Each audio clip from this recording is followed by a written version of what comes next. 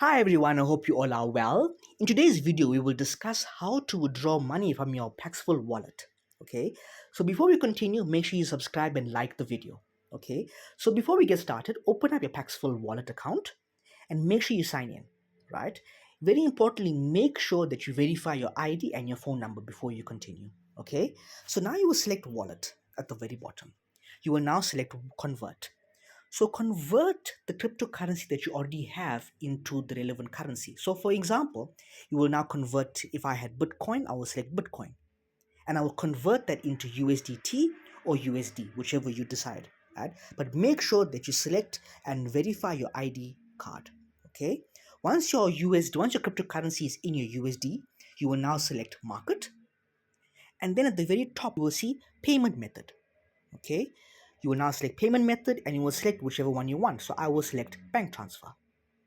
Okay, now you can scroll and find the best possible deal. Now, bearing in mind, some options will have a verify ID. That means you will need to obviously verify your documents and make sure that's in order. Okay, you can then click on sell. Once you select sell, find the best offer.